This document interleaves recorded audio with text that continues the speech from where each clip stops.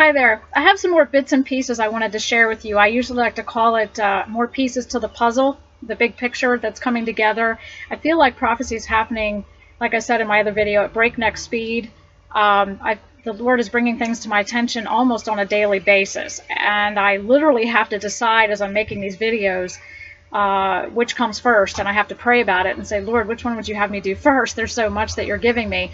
But I wanted to share some tidbits with you that I found on the Vatican Radio website, and of course some of these things I'm going to share with you today can also be found on the State Department.gov. I think I did a video maybe 2 or 3 months ago about Jerry White, and I know I've mentioned him in successive videos as well. Speaking from the State Department.gov in a meeting about the Vatican / Pope Francis being a third-party mediator to a global covenant of religious peace, and this is supposed to be an interfaith global covenant, which to me has one world religion all over it. But I wanted to read to you some information concerning that and something else that I found today on Vatican Radio that's fairly newer compared to this Jerry White information that I'm going to give you. And I want to finish with Scripture. Actually, let me begin with Scripture and then finish with the same Scripture.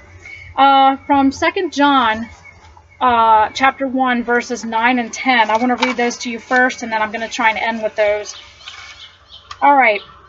Whosoever transgresses and abides not in the doctrine of Christ does not have God.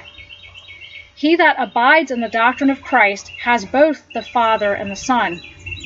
If there come any unto you, and bring not this doctrine, meaning the doctrine of Christ alone, receive him or her not into your house, neither bid him Godspeed.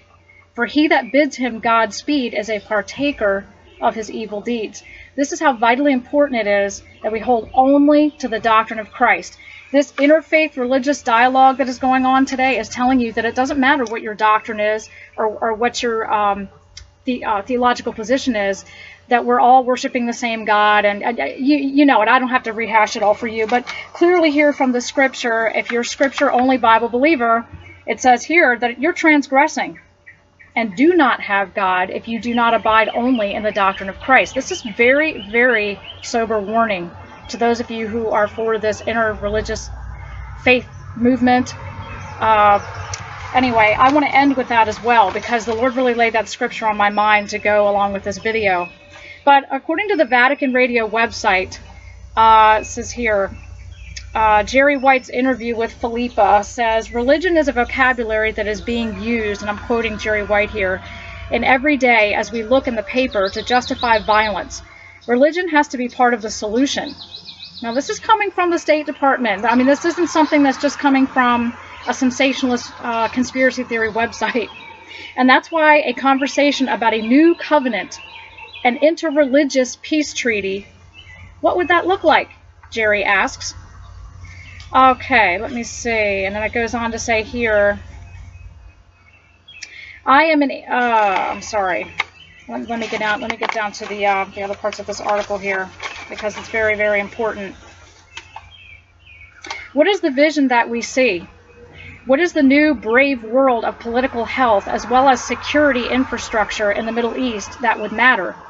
And then reach out is the next part of recovery. That means no one does it alone.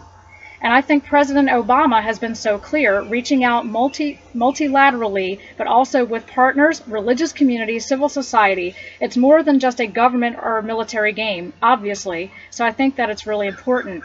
And lastly, in terms of health and recovery for the region, but also for groups traumatized by war, is get moving.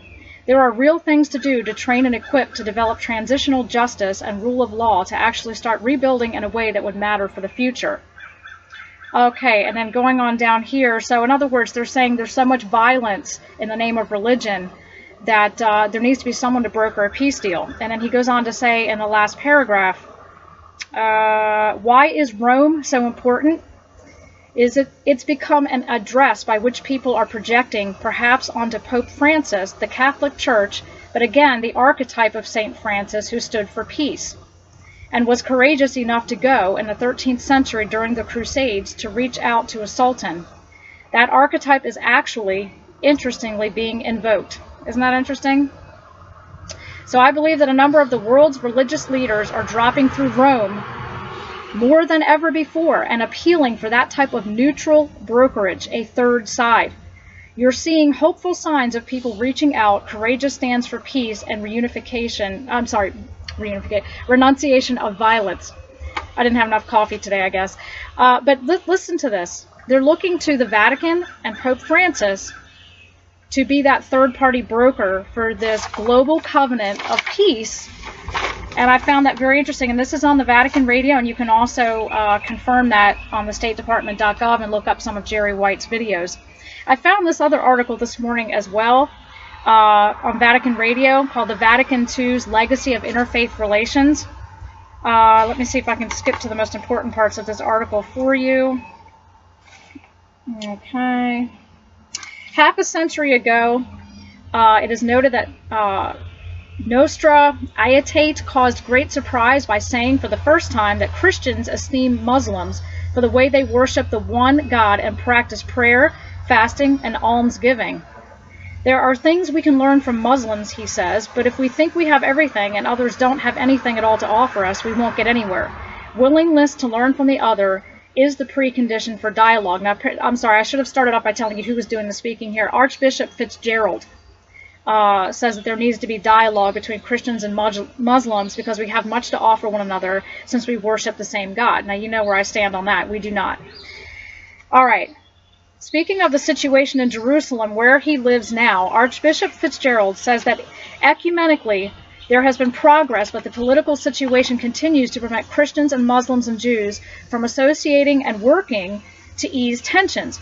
Recalling Pope Francis's visit to Jerusalem in May 2014 and his invitation to Palestinian President Abbas and Israeli President Perez to pray for peace with him in the Vatican, Fitzgerald says interreligious dialogue teaches us not to expect immediate fruits from our actions, so the Pope's gesture will produce fruit in good time.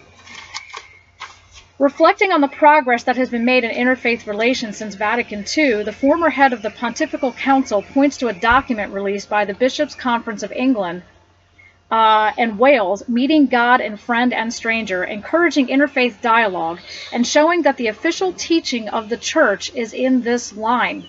See, the official teaching of the Catholic Church / Vatican is that we all worship the same God, that he's called by, no matter what name you call him, it's God. And of course we know this is compromising the truth for the sake of peace. He also praises the actions pioneered by French bishops such as Cardinal Philippe Barbarin, who traveled to Algeria with a local Muslim leader, and Bishop Michael Dubost, who brought a delegation of Muslims to the Vatican at the time of the Charlie Hebdo massacre. But if you go on Vatican Radio today and look over some of their present messages as well as past messages, the Vatican is very much into interfaith religious dialogue, and we know the scripture tells us that anyone who claims to know Christ but does not walk as Christ did does not know the Lord. They're lying and not abiding in the truth. We need to ask ourselves as we look at these wolves in sheep's clothing, and sometimes people are tempted to follow along with what these people are saying because they look godly on the outside. How did Jesus walk? How did he live? Would Jesus have kissed the Quran? Would Jesus have prayed in a Muslim mosque and called his Father in heaven Allah? Ask yourself, how did Jesus live? How did he live out his relationship with the Father? Jesus did none of these things that the Vicar of Christ is doing from Rome. The so-called Vicar of Christ is what he calls himself with the world. Compare these religious leaders, I don't care if they're Catholic or Protestant, compare them to the scripture alone. Compare what they are doing and saying to this word and how Jesus walked and lived. If the two don't line up, there's something wrong. And I want to end this video again with a warning from John. 2 John, verse 9. Whoever transgresses and abides not in the doctrine of Christ does not have God. So I don't care what they look like, what kind of degree they have. whether they have a master's and seminary, I mean, whatever it is, if they don't hold to the doctrine of Christ, they don't have God. And yes, that sounds harsh to a lot of people, and that I'm intolerant, but I'm sorry, there is a narrow way, and Jesus is that only way, and we must stick to that doctrine. Whoever transgresses and does not abide, and to abide means to live continually, not leave it, but to remain in it, in the doctrine of Christ does not have God. He that abideth in the doctrine of Christ, he has both the Father and the Son. And that's because the Father and the Son are in each other. They're one. Jesus said, if you've seen me, you've seen the one who sent me. I and the Father are one. When Philip asked, Lord, show us the Father, remember at the Last Supper, Jesus said, Philip, have I been with you so long you don't know who I am? Anyone who has seen me has seen the Father. Why do you ask to see the Father? So when John is saying here that he has both the Father and the Son, this is confirming that. Let me see here. If there come any unto you, and bring not this doctrine, receive him not into your house, neither bid him Godspeed. For he that biddeth him Godspeed is a partaker of his evil deeds. Is this not what the Pope is doing, and all the popes have done for years? They bid those that are not godly, they bid them Godspeed. They go into their houses of worship, whether it's Buddhism being practiced, Islam, they go into their houses of worship and they bid them Godspeed.